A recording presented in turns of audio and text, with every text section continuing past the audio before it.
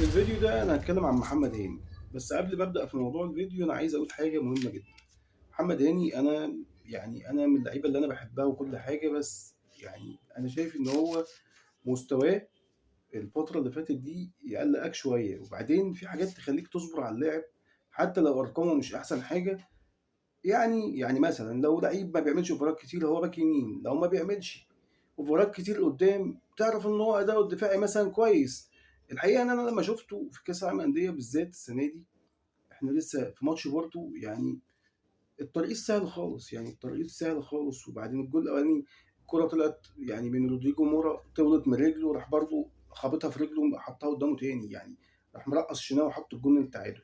فانا عايز اقول لك انه انت لا بتهاجم وبتعمل عرضيات كتير للمهاجمين، وده مطلوب لان انت عندك وسام وعندك جراديشار، يعني عندك اتنين كويسين في ضربات الرأس موجودين، واحد فيهم على الاقل بيبقى موجود طول الماتش والتاني بيبقى احتياطي ليه، فانت عندك اتنين رؤوس حربة محترمين وبيلعبوا ضربات رأس كويسة. فانت عايز عرضيات، يعني انت عايز تعمل عرضيات كتير، فلازم الباكات تبقى عندك شغالة. يمكن جبهة علي معلول قبل كده كانت مغطية على ان انت تتكلم عن محمد هاني اصلا خالص، يعني كنا ما بنتكلمش على محمد هاني عشان احنا عندنا جبهة تانية مغطية في الاداء الهجومي، فانت مش فارق معاك بقى اليمين. وبعدين اليمين مثلا ممكن هو يجي لغايه نص الملعب، وبعد كده اللي بيكمل مثلا الوينج اليمين اذا كان حسين الشحات او كان طاهر، وبيعمل الاسيستات وبتاع للمهاجمين، والدنيا حلوه يعني مفيش كلام. طيب، هو احنا ما بنظلمش محمد هاني لما بنتكلم عليه بالطريقه دي، لانه يعني احنا نستحق في النادي الاهلي بعد الصفقات اللي احنا عملناها، زي محمد بن رمضان وديانج رجوعه لنص الملعب، اللي عمل ماتش بالمناسبه في بورتو جامد قوي. وبرضو في الاداء الهجومي عندنا دلوقتي وسام وجراديشار، وعندنا كمان في الونجات النهارده بقى عندك زيزو والشحات، وعندك الناحيه وطاهر، وعندك تريزيجيه وبن شرقي، عندك كواليتي لعيبه بقى عالي قوي في النص وفي الهجوم.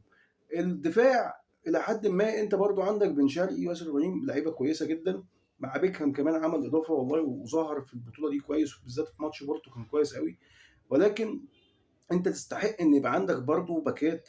الباك الشمال من ساعه معلول ما رحل عن النادي، واحنا برضو عندنا مشكله في الباك الشمال، يعني يحيى عطيه الله ما اداش اللي انت برضو كان انت متخيله ان هو يعمله مكان معلول. فعشان كده لما اعارته خلصت الاهلي ما اشتراش، يعني ما اشتراش اللاعب، او في كلام ان هو خلاص كده الاهلي مش هيخلص مع يحيى عطيه الله وهو هيمشي عن الفريق، هيرحل.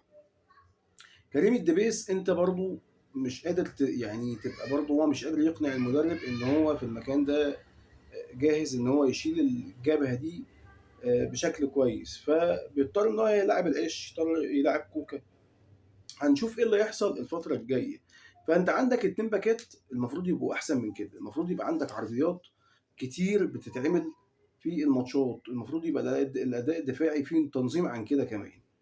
طيب انا عايز اقول لك بس عشان نبقى احنا ما ظلمناش محمد هاني، في شويه ارقام انا جبتهم علشان خاطر نوضح لحضراتكم الفرق ما بين لعيب كان بيلعب في النادي الاهلي احمد فتحي ومحمد هاني. بص، محمد هاني طلع سنه 2014، ابتدى يظهر من تحت من الناشئين او من فريق الشباب، وطلع الفريق الاول في 2014 لحد وقتنا هذا لغايه 2025، فهو دلوقتي بقى له 11 سنه في الفريق الاول.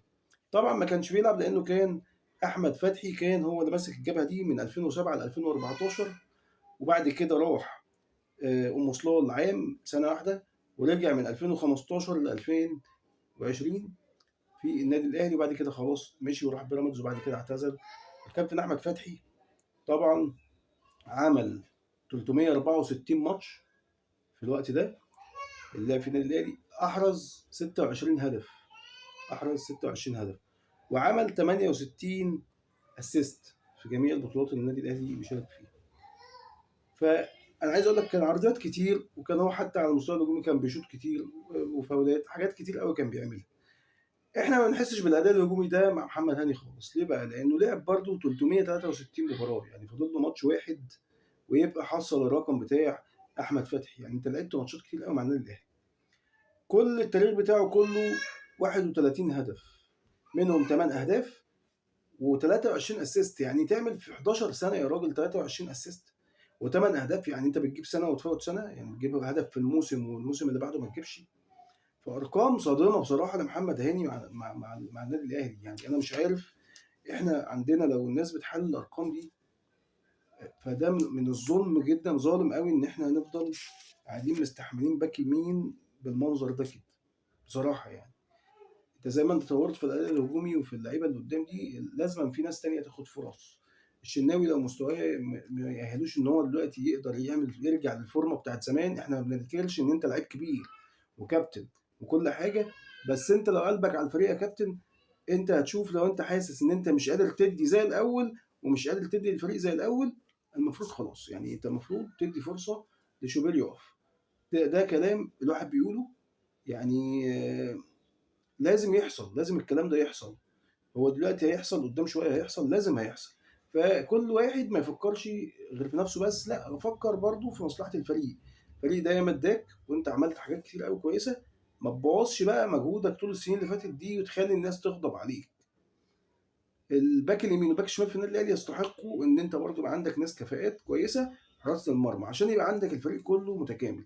ما أنا مش هاسيب أنا الهجوم وخط النص يبقوا جامدين أوي، وبعد كده أرجع ورا أتلاقي الدنيا بايظة، لا في حارس يشيل عني كورتين 3 ويمنع مثلًا. إحنا لو كنا منظمين دفاعيًا قدام بورتو كنا كسبنا مثلًا فرق كبير، ولو ضيعنا الفرص اللي إحنا ضيعناها دي ما كانتش ضاعت وكان احرز منهم هدف ولا اتنين، كنت كسبت بسكور على بورتو، وكانت هتبقى نتيجه تاريخيه ما كانش حد عملها قبل كده في افريقيا اصلا، ان حد او فريق عربي او افريقي يغلب حد من اوروبا بالمنظر ده. فلا يعني احنا نستحق افضل من كده.